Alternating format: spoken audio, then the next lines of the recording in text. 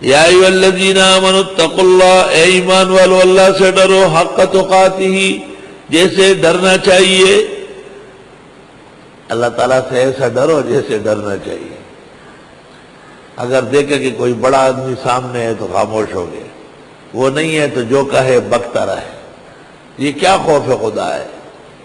مسجد میں اور طرح ہے، بازار میں بالکل یہودی اور عیسائی کا نقشہ پیش کر رہا ہے۔ اپنے مال لینے میں بہت بیدار ہے، دوسروں کے حق ادا کرنے میں حد درجے سست اور غافل ہے۔ اپنے لیے جو پسند کرتا ہے مسلمان کے لیے اس کے حق میں نہیں ہے۔ تو یہ تمام کمزوریاں حق کے تقوی کی خلاف ورزی ہے۔ اے ایمان والو ڈرو اللہ سے جیسے ڈرنا چاہیے، وَلَا تَمُوتُنَّ، اور مت مرو الا وانتم مسلمون، مگر اس حال میں کہ مسلمان ہو۔ یہ ضروری ہے کہ اسلام اخیر تک ہو۔ اسلام 2 دن اور 4 دن کی چیز نہیں ہے، یہ ہمیشہ کی دولت ہے، اور اللہ تعالی ہمیشہ قائم دائم فرمائے۔ لوگ کہتے ہیں کیسے ہم مسلمان مرے، ہمارے اختیار میں ہے۔ واہ، دکان کر کر مرتا ہے، فلاں دکاندار مر گیا۔ بھیڑ بکریاں چراتے ہیں کہ فلاں چرواہا مر گیا۔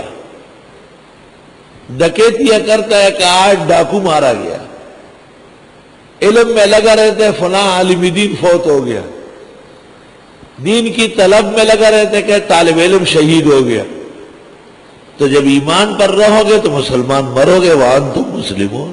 یہ تو کوئی مشکل کام نہیں ہے۔ اللہ تعالیٰ نصیب فرمائے۔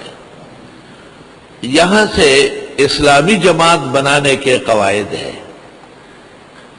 کہ انفاق طریقے سے ہو اور اپنے محل میں صرف ہو، اور جہاد قواعد کے ساتھ ہو، دہشت اور بغاوت پیدا نہ ہو جائے۔ فقہاء نے لکھا تھا کہ جب تک امیر المومنین نہ ہو جہاد نہیں ہو سکتا۔ تو طالبان نے تو اپنے لیے امیر المومنین بنا دیا تھا، مگر وہ امیر المومنین پاکستان کے مسلمانوں کے لیے مؤثر نہیں تھا، اور اب وہ وہاں کے لیے بھی امیر المومنین معزول ہے۔ جو شخص اپنے لوگوں کو بچا نہ سکے اور خود چھپا ہوا ہو، شرعاً وہ امیر المومنین نہیں کہلاتا ہے۔ بخاری شریف میں ہے، حضرت عمر رضی اللہ عنہ جب زخمی ہو گئے تھے اور پلنگ پہ لیٹے ہوئے تھے تو اپنے بیٹے کو کہا کہ جاؤ اور عائشہ صدیقہ سے میری قبر کی جگہ مانگو، اور کہو کہ عمر کہتے ہیں، یہ مت کہو کہ امیر المومنین کہتے ہیں۔ اس وقت میں امیر المومنین نہیں ہوں کیونکہ میں خود زخمی ہوں۔ امیر المومنین تو تب ہو کہ لوگوں کا کام کرے۔ یہ مسئلہ ہے، اور باقی جو اپنے ڈکوسلے میں کوئی مبتلا ہے وہ جانے اس کے ڈکوسلہ بازی جانے۔ جب اس کا دور تھا اور خوب حیات و نشاط میں تھے، اس وقت بھی میں نے قندار میں کہا تھا علماء کی موجودگی میں کہ یہ یہاں کے افغانی مسلمانوں کے امیر المومنین ہے، پاکستان والوں کے امیر المومنین مشکل ہے، کیونکہ وہاں پولیس اپنی ہے، فوج علیحدہ ہے، اختیارات و اقتدار علیحدہ ہے۔ بھلا امیر المومنین بغیر اختیار کے کیسا ہو سکتا ہے؟ اختیارات ہو تو امیر المومنین مؤثر ہوگا۔ ایک مسئلہ یہ بھی علم میں ہے کہ آیا ہر ملک کا اپنا بادشاہ اور امیر المومنین ہو، یا ہر ملک کا علیحدہ علیحدہ ہو؟ تو بعض علماء دین کا خیال یہ ہے کہ تمام ملکوں کا ایک ہو۔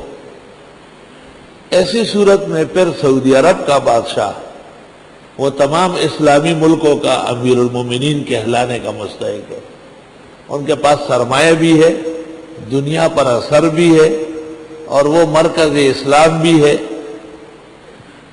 اور وقتی طور پر صرف جہاد کے لیے کسی بڑے عالم اور دارالافتاء کا فتویٰ بھی امیر المومنین کا قائم مقام ہے۔ مسئلہ نہایت تفصیل طلب ہے، اگر پوری تشریح کر لوں تو بعض تلخی پیدا ہو جائے گی، اس لیے بہتر یہ ہے کہ اجمال پر اکتفا کیا جائے۔ وہی اصیل تا اشارت ہو کمسل پلوڑ نہ سڑے گی۔ جو واقعی علم کے قدردان ہے وہ چند نقطوں سے دریا سمجھ لیتے ہیں، اور جو خر نسل کے لوگ ہوتے ہیں ان کو پوری کتاب توریت بھی ادھوری رہ گئی تھی، اس سے کوئی فیض ان کو نہیں ہو رہا۔ مقصد کسی کا طعن نہیں ہے، نہ کسی جہادی تنظیم کی کوتاہی بیان کرنی ہے، مقصد شرعی مسئلہ اور اس سے متعلق فضا بنانا ہے۔ اب دیکھو، جب جہاد ہو اور اس کا امیر نہ ہو تو نقصان وہی ہوگا جیسے اسلام آباد میں ہو گیا۔ سینکڑوں بچے اور بچیاں ہماری تخت و تاراج ہو گئی اور حکومت پر کوئی خاص اثر نہیں ہوا، اگر ہوا بھی تو وقت کے بعد، میرے مرنے کے بعد اس نے جفا سے کی توبہ، ہائے عزود پشیماں کا پشیماں ہونا۔ اثر تو اس وقت ہونا چاہیے تھا جس وقت یہ ظلم و ستم ڈھایا جا رہا تھا، اس سے مسلمان بچوں اور بچیوں کو بچانا تھا۔ تو ضروری ہے کہ مسلمانوں کے اندر ایک جماعت ہو، حق پر قائم دائم، اور اس جماعت کے منشور میں اللہ کی توحید اور نبی پر ایمان، قرآن کی صداقت، آخرت پر ایمان، جہاد کا جذبہ، انفاق فی سبیل اللہ کی رغبت، اور خدا کے دوست اور دشمنوں کی پہچان ہو۔ یہ جماعت بہت ضروری ہے۔ وَاعْتَصِمُوا بِحَبْلِ اللَّهِ جَمِيعًا، مضبوط پکڑو اللہ کے دین کی رسی کو سب مل کر، وَلَا تَفَرَّقُوا، ادھر ادھر نہ ہونا، وَاذْكُرُوا نِعْمَتَ اللَّهِ عَلَيْكُمْ، یاد کرو خدائی احسان جو تم پر ہے۔ اللہ اکبر۔ یہ ایک جماعت تو پیغمبر نے بنائی ہے، صحابہ کی، اہل السنہ والجماعہ۔ ایک جماعت پیغمبر نے بنائی قرآن کے نزول پر، اس کا نام ہے اصحاب رسول اللہ صلی اللہ علیہ وسلم، الطائفۃ المنصورہ، الجماعۃ الناجیہ۔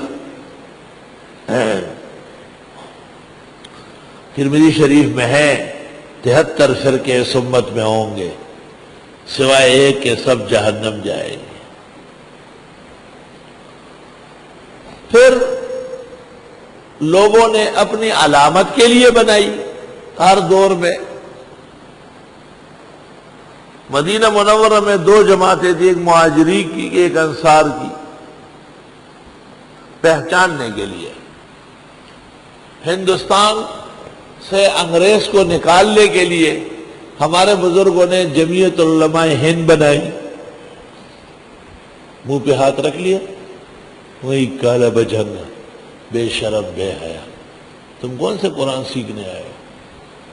اتنا منہ کھولا کہ جس میں پورا بالٹی اٹھا لے۔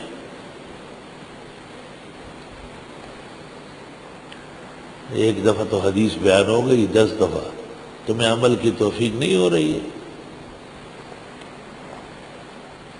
جب جماعی آنے لگے تو منہ پہ ہاتھ رکھا کرو۔ بہت بری بات ہے کہ پڑھتے ہو اور عمل نہیں کرتے ہو۔